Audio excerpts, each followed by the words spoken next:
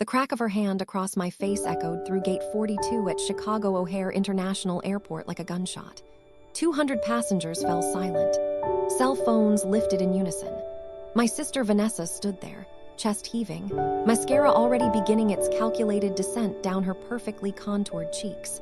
My parents rushed toward us, and I knew with absolute certainty they weren't coming to defend me. They never did. What none of them knew was that I held every confirmation code, every receipt, every ounce of power over this Hawaiian vacation in my back pocket.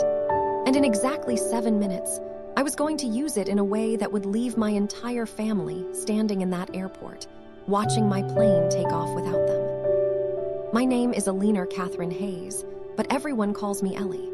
For 32 years, I've been the responsible daughter, the peacekeeper, the family ATM machine that never declines a transaction. I'm a senior data analyst at a pharmaceutical research company in suburban Chicago, the kind of job where you make good money, but nobody at family dinners really understands what you do. They just know you have it. Money, that is. And in my family, having money meant having responsibility for everyone else's happiness. Vanessa is 28, 4 years younger than me, and she's been the family darling since the day she was born with those wide green eyes and that megawatt smile. Where I got my father's practical, unremarkable features, Vanessa got our mother's beauty pageant genes. She's an influencer, which is a polite way of saying she takes photos of her breakfast and occasionally gets free protein powder for posting about it.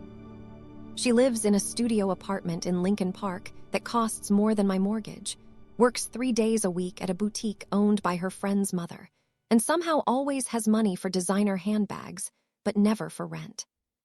The Hawaii trip was supposed to be special. My parents, Robert and Diane Hayes, were celebrating their 35th wedding anniversary in June. They'd never been to Hawaii, never taken a real vacation beyond visiting my aunt in Milwaukee. Dad's a retired postal worker with a bad knee. Mom worked as a school secretary for 29 years before retiring last spring. They'd given us everything they had growing up, and I wanted to give them something beautiful in return. So when Vanessa announced at Easter dinner, standing up with her wine glass catching the light, that she was treating the whole family to Hawaii for Mom and Dad's anniversary, I felt my stomach drop. But I smiled. I always smiled, because I was the one who'd spent the last 6 weeks planning every detail. I was the one whose credit card held $8,347 in charges. I was the one who'd spent hours researching the best snorkeling spots, the most romantic sunset cruise, the perfect anniversary dinner reservation at Mama's Fish House in Maui. But Vanessa stood there, soaking in Mom's tears of joy and Dad's proud embrace, and I sat there silently, cutting my ham, thinking this is fine. This is what family does. Love doesn't need credit. Except it wasn't love. It was a pattern, a script we'd been performing since we were children. The script started when Vanessa was 16 and wrecked Mom's car joyriding with her boyfriend. I was 20, home from college for the summer. I paid the $2,800 deductible because Ellie has that internship money, and we can't let this ruin Vanessa's future. She never thanked me, never even acknowledged it. It continued when Vanessa got evicted from her first apartment at 22. She'd spent her rent money on a trip to Miami with friends. I co-signed for her new place, a decision that tanked my credit score for 2 years when she missed 4 payments I had to cover. She posted photos from that apartment with captions about finally adulting and blessed to be independent. Then came her engagement to Marcus, a personal trainer with commitment issues and a BMW he couldn't afford. She called me sobbing about the ring she wanted, a 2-carat cushion cut that cost $6,200. I loaned her the money. When Marcus left her 3 months later for a client, she kept the ring, sold it on Instagram, and used the money for a healing vacation to Chalum. I never saw $1 of that loan again. When I gently brought it up at Thanksgiving, Vanessa cried and Mom said, "Ellie, she's been through so much. Must you be so cold?" Cold? That's what I was when I asked to be paid back. Responsible was what Vanessa was when she spent money she didn't have. The Hawaii script was just the latest production. After her Easter announcement, I watched my parents glow with pride. "Vanessa, honey, this is too generous," Mom said, actually tearing up. Dad pulled her into a hug. My baby girl, all grown up. Vanessa looked across the table at me, caught my eye, and mouthed, "Thank you," with a smirk so subtle only I could see it. She knew. She always knew. And she knew I'd never say anything because keeping the peace was my job. Being the thankless workhorse was my role. I kept planning. Upgraded Dad's seat because of his knee. Booked an ocean view room for Vanessa because she'd absolutely die in a garden view. Scheduled a couple's massage for Mom and Dad at the resort spa. Added travel insurance. Researched wheelchair accessibility. Made sure the rental car was a spacious SUV because Dad hates feeling cramped. Every detail, every dollar, every ounce of emotional labor flowed through me, while Vanessa posted countdown stories on Instagram with captions like, "Can't wait to treat my family to paradise." The week before the trip, the cracks started showing. Vanessa called me on a Tuesday night, her voice tight. "You need to talk to Mom." About what? She's being ridiculous about luggage. She wants to know if she can bring a third suitcase. I told her the airline charges, and she got all weird about it. You explain it to her. "Vanessa, you know the luggage policy isn't." "Ellie, just handle it. I've been so stressed planning this trip. I need you to be supportive for once." I handled it. I paid for Mom's extra bag. $85. Thursday, Vanessa texted, "Need you to pick up Dad's prescription before we leave. His pharmacy is near your work." It wasn't near my work. It was 20 minutes in the opposite direction during rush hour. I picked it up anyway. Friday morning, the day before our Saturday flight, Vanessa called in a panic. "The hotel is saying they don't have our reservation." My chest tightened. "What? I confirmed it last week." "Well, they're saying they have nothing. This is a disaster. How could you mess this up?" I spent 40 minutes on hold with the resort, eventually discovering that Vanessa had called them earlier trying to upgrade to a suite without any price difference and had somehow confused the system. The reservations were fine, but by the time I'd sorted it out, Vanessa had already posted a tearful Instagram story about travel stress and family letting you down. I should have seen the signs, the entitlement, the blame, the complete lack of gratitude. But I was caught in the pattern, the role, the trap of being Ellie, the daughter who made everything work so everyone else could relax. Saturday, June 15th, arrived with perfect summer weather. Clear skies, 78 degrees, the kind of day that promises good things ahead. I packed carefully the night before, checking everything off my list. Passports, medications, chargers, printed confirmations as backup. I barely slept, running through mental checklists, making sure nothing could go wrong. We agreed to meet at O'Hare at 9 a.m. for our 11:30 flight. I arrived at 8:45, coffee in hand, wearing comfortable travel clothes and sneakers. My parents showed up 10 minutes later, Dad moving slowly with his cane, Mom fussing over him like always. They were nervous excited, the way people get before a big trip. It made my chest ache with affection. This was for them, all of it. Vanessa arrived at 9:20, looking like she'd stepped out of a travel magazine. Designer luggage, oversized sunglasses, a linen outfit that probably cost more than my entire suitcase. She was on her phone, filming herself. Travel day vibes, taking my beautiful family to paradise. Stay tuned. We checked in smoothly. TSA took longer than expected, but we still had plenty of time. We made our way to gate 42, and I felt myself starting to relax. We were actually doing this. Mom and Dad were going to walk on a Hawaiian beach. They were going to see a real luau. They were going to celebrate 3.5 decades of marriage somewhere beautiful, and I'd made it happen. We found seats near the gate, and I stood up to check the departure board one more time, just to be absolutely certain nothing had changed. Everything looked good. Boarding would start at 10:50, right on schedule. That's when Vanessa appeared beside me. Her phone was in her hand, her face flushed with anger. "You told Mom I paid for her extra luggage fee." I blinked, confused. "What? I didn't." "Don't lie to me, Ellie. Mom just thanked me for being so thoughtful about her bag, and I had no idea what she was talking about. You made me look stupid." "Vanessa, I never said you paid for it. She must have assumed." "You're always doing this. always trying to make yourself look better. This is MY trip, MY gift to them, and you can't stand that I'm the one doing something nice for once. People were starting to look. I lowered my voice. Can we talk about this somewhere private? No, her voice rose sharply. I'm sick of you undermining me. Sick of you acting like you're so perfect. You think you're better than me because you have some boring office job. You think mom and dad love you more because you're so responsible. Vanessa, please. You're a miserable, jealous, uptight control freak who can't stand to see anyone else get attention. The words hit like slaps themselves, but it was the venom in her voice, the genuine hatred burning in her eyes that made something inside me crack. This wasn't sibling bickering. This was real. This was what she actually thought of me. I think you need to calm down, I said quietly. Don't tell me to calm down. Don't you dare. And that's when her hand flew. The slap connected with my left cheek so hard that my head snapped to the side. The sound was enormous, magnified by the terrible acoustics of the airport terminal. Conversations stopped. Footsteps paused. Someone gasped. In my peripheral vision, I saw phones rise like flowers turning toward the sun. Everyone was recording. Everyone was watching. And for one frozen moment, all I could feel was the burning imprint of my sister's hand on my face and the crushing weight of humiliation.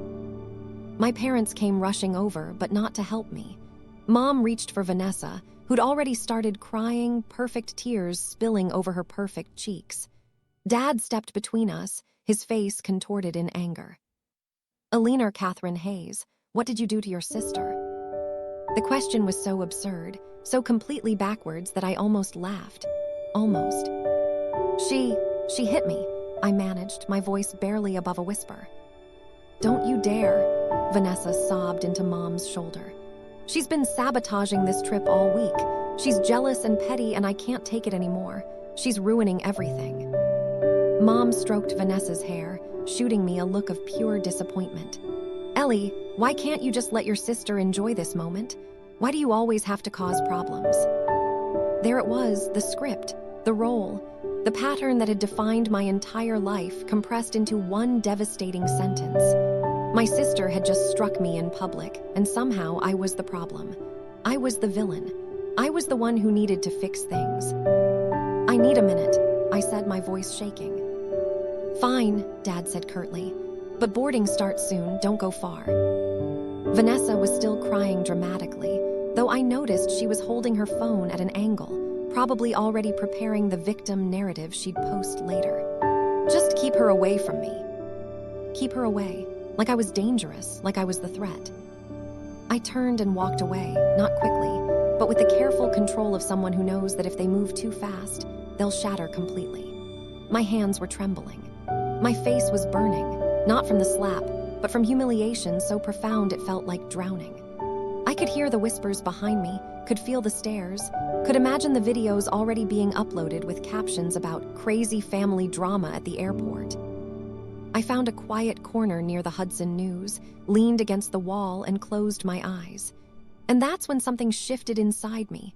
Not anger, not yet. Something colder and clearer. A realization crystallizing like ice forming on glass. I had paid for everything, every flight, every room, every meal plan, every excursion. Every single dollar had come from my account. My name was on every confirmation. My credit card held every charge. And suddenly I understood something I should have understood years ago. I had the power, I'd always had it. I just hadn't been willing to use it. Until now. I pulled out my phone and opened my email. There it was, the flight confirmation. 4 seats from Chicago to Maui via Los Angeles. My name, my credit card, my booking reference. Below it, the hotel confirmation. 2 adjoining ocean view rooms, my account, my card, the rental car reservation, the sunset cruise booking, the anniversary dinner reservation, the snorkeling tour. Every single piece of this trip flowed through me. And in that moment, standing in that corner of O'Hare International Airport with my cheek still throbbing and my family sitting 50 yards away expecting me to come back and apologize, I made a decision. Not out of revenge, not out of anger, but out of something deeper and more fundamental, self-preservation. I opened the United Airlines app and pulled up our reservation. The interface was simple, clean, almost elegant in its efficiency. 4 passengers, 4 seats, 1 payment source. I tapped the modification option and selected the phone support feature. A friendly voice answered after 2 rings. United Airlines, this is Marcus speaking. How may I assist you today? Hi, Marcus, I said, and my voice was steady now, calm in a way that surprised me. I need to make a change to a reservation. Of course. Can I have your confirmation number? I read it off, watching the gate area in the distance. Vanessa was scrolling her phone. Mom was dabbing her eyes. Dad was reading something on his tablet. They looked peaceful, united. A family that had weathered a storm and come out stronger. They had no idea the real storm was just beginning. Okay, Ms. Hayes, I have your booking here. 4 passengers to Maui with a connection in Los Angeles. What changes did you need to make? I took a breath. I'd like to cancel 3 of the tickets. Keep only the one under my name, Alina Hayes. There was a brief pause. I see. So you're removing 3 passengers from the reservation. Yes. May I ask the reason? This will help me process the request more efficiently. Personal circumstances, I said. The other passengers will no longer be traveling. Understood. I can certainly help with that. Please note that there will be cancellation fees, but since you're the primary passenger and payment holder, any remaining value will be issued as a travel credit to your account. That's perfect. I listened to the keyboard clicks on his end, each one feeling like a small door closing, a boundary finally being drawn, a line in the sand that should have been there decades ago. All right, Ms. Hayes, I've canceled the 3 tickets. Your confirmation for the remaining single passenger ticket will be emailed to you shortly. Is there anything else I can help you with today? No, thank you, Marcus. You've been very helpful. My pleasure. Have a wonderful trip to Maui. I hung up and immediately felt my phone buzz with the confirmation email. 3 names removed. 3 passengers deleted. 3 people who had used my silence and my love as permission to treat me like I was invisible. Next, I called the Grand Wailea Resort. The woman who answered had a warm, musical voice with just a hint of a Hawaiian accent. Aloha! Grand Wailea, this is Leilani speaking. How may I help you? Hi, Leilani. I need to modify a reservation under Alina Hayes. Of course. Let me pull that up. Ah yes, I see you have 2 adjoining ocean view rooms for 4 guests. I'd like to change it to 1 room, 1 guest. Absolutely, I can help with that. Would you like to keep the ocean view room? Yes, please. Wonderful. I'm adjusting the reservation now. The difference will be refunded to your original payment method within 7 to 10 business days. Thank you. Is there anything else I can enhance for your stay? Perhaps a spa treatment or a romantic dinner? Actually, yes. Can you make a reservation for one at Humuhumanukanukuapua for June 20th at 7 p.m.? Consider it done. You're going to love it. It's right on the water, absolutely magical. Magical? Yes. This trip was supposed to be magical for everyone. Now it would be magical for me. Next came the rental car. I downgraded from the spacious SUV to a small convertible. Something fun, something for one. The customer service representative congratulated me on my solo adventure. I thanked him and meant it. By the time I'd finished all the calls, I felt lighter. Not victorious, not vengeful, just light, like I'd been carrying a backpack full of rocks for 32 years and had finally been given permission to set it down. I checked my reflection in my phone's dark screen. My cheek was still red where Vanessa had hit me, but I wasn't crying. My hands had stopped shaking. I looked like myself again. Or maybe I looked like someone I'd never had the chance to be.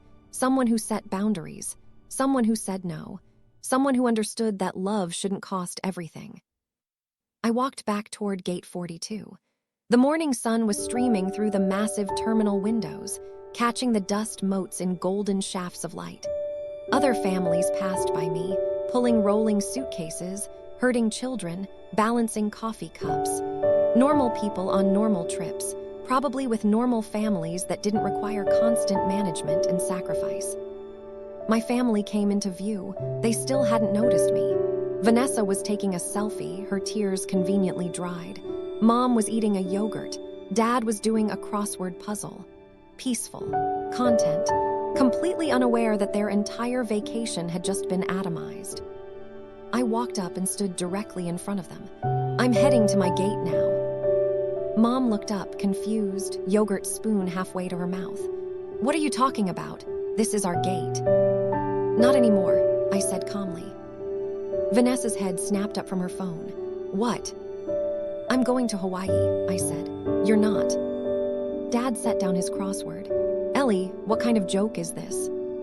It's not a joke. I pulled out my phone and showed them the screen. I canceled your tickets, all 3 of them. The silence that followed was absolute. It was the sound of a universe rearranging itself, of a script being torn up, of a pattern finally, definitively breaking. Then chaos erupted. You did what? Vanessa shrieked, lunging for my phone. I pulled it back calmly. I canceled your tickets, the hotel rooms, the rental car, everything. Mom stood up, her face going pale. Elena, this isn't funny. I'm not laughing, I replied. Dad was already pulling out his phone, fingers fumbling as he opened his United app. This is ridiculous. This is absurd. You can't just... I can, actually, I interrupted. Because I paid for everything, every flight, every room, every single reservation. Check if you don't believe me. Vanessa was scrolling frantically through her phone, her face cycling through confusion, disbelief, and dawning horror. No, this can't be. I booked this trip. You announced this trip, I corrected. I booked it, I planned it, I paid for it, all $8,347 of it. Mom sank back into her chair. $8,000. Plus the extra luggage, plus Dad's prescription, plus all the little things you've never noticed because you've never had to. Dad was on the phone now, his voice tight as he spoke to a United representative. Yes, Hayes, Hayes confirmation number. He read it off, then fell silent, listening. His face went from red to gray. All 3, when? A pause. I see. He lowered the phone slowly. It's true, he said, his voice barely audible. Vanessa started crying again, but these tears were different. Real, panicked. You can't do this. You can't just leave us here. Mom and Dad's anniversary was always important to me, I said. That's why I spent months planning this. That's why I paid for everything. But you slapped me, Vanessa. You slapped me in front of hundreds of people and somehow made it my fault. And Mom and Dad believed you, just like they always believe you. We didn't mean, Mom started. Yes, you did, I said firmly, but not unkindly. You always mean it. Every time you let her take credit for things I do. Every time you scold me for her mistakes. Every time you ask me to keep the peace by staying silent. You mean it. A gate agent's voice came over the intercom. Now boarding group A for flight 1247 to Los Angeles, continuing service to Maui. My group. Ellie, please, Dad said, and for the first time in my life, I heard something like desperation in his voice. We can work this out. We can buy new tickets. We can. Can you, I asked gently, can you afford $3,000 in last-minute tickets, plus a hotel, plus everything else? The silence was my answer. Vanessa grabbed my wrist, her grip tight, her voice breaking. I'm sorry. I'm so sorry. I shouldn't have hit you. I was stressed and stupid, and I'm sorry. Please don't do this. Please. I looked at her hand on my wrist, then at her face. She looked genuinely scared, genuinely sorry, and maybe she was, but sorry doesn't erase 32 years. Sorry doesn't refund $6,200. Sorry doesn't unslap a cheek. I forgive you, Vanessa, I said quietly, and I meant it. But forgiveness doesn't mean I have to keep setting myself on fire to keep you warm. I gently pulled my arm free. If you walk away now, Dad said, his voice dropping to that low, authoritative tone he'd used on me my whole life. Don't expect to come back. Don't expect us to welcome you home like nothing happened. I looked at him, really looked at him, and felt nothing but sad clarity. Dad, I've been home all along. You're the ones who left me years ago. Group B, now boarding for flight 1247 to Los Angeles. I picked up my carry-on and started walking toward the gate. Behind me, I heard Mom crying, Vanessa pleading, Dad arguing with a gate agent about getting on my flight. But I didn't turn around. Each step toward that gate felt like a step toward myself, toward the person I'd buried under years of people-pleasing and peacekeeping, toward Ellie, not the family ATM or the emotional dumping ground or the invisible daughter, but me, just me. The gate agent was a young woman with kind eyes. She scanned my boarding pass, and as she handed it back, she said quietly, "Rough morning." I smiled, and it felt real. It's getting better. I walked down the jetway, feeling the weight of their expectations falling away with every step. When I reached my seat, premium economy, window, extra legroom, I stowed my bag and settled in. The seat next to me was empty. So was the one across the aisle. The entire row, actually. Apparently not many people were flying to paradise this early on a Saturday. As the plane pushed back from the gate, I turned to look out the window one last time. Through the terminal glass, I could see them. Vanessa, packing in panic circles, her phone pressed to her ear. Mom, sitting with her head in her hands. Dad, gesticulating angrily at an airline employee. They looked lost, bewildered, like actors who just realized the play was over and they were still in costume with nowhere to go. The plane turned, and they disappeared from view. 6 hours later, I stood on the balcony of my ocean view room at the Grand Walia, watching the sun sink into the Pacific in a blaze of orange and gold. The breeze smelled like plumeria and salt. The waves rolled in with the kind of ancient, patient rhythm that makes you understand that your problems, no matter how large they feel, are small in the grand scheme of things. My phone had been buzzing continuously since takeoff. 17 missed calls, 32 text messages, 6 voicemails. I'd put it on Do Not Disturb somewhere over Nevada and hadn't looked back. But now, standing in paradise with a Mai Tai in my hand, I opened my messages. They were exactly what I expected. Vanessa's ranged from apologetic to accusatory to desperately manipulative. "I'm so sorry. You're evil for doing this. Please, I'll pay you back. Mom is having a breakdown because of you. You've always been jealous. I need you." Moms were all guilt. "How could you abandon us? Your father is so disappointed. I never raised you to be this cruel. Please call me. We're a family." Dads were short and cold. "This is unacceptable. We'll discuss this when you come home. You've embarrassed us." I read through all of them with a strange sense of detachment, like I was reading about someone else's family. And in a way, I was. This was the old Ellie's family. The Ellie who absorbed abuse and called it love. The Ellie who paid for cruelty and called it generosity. The Ellie who disappeared so others could shine. That Ellie was gone. I spent the next 5 days in a haze of peace I hadn't known was possible. I snorkeled with sea turtles at Malakini Crater. I watched the sunrise from the summit of Halakala, wrapped in a blanket, surrounded by strangers who became temporary friends. I ate poke bowls on the beach.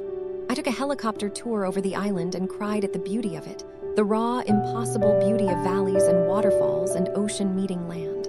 I read 3 books. I slept until I woke naturally.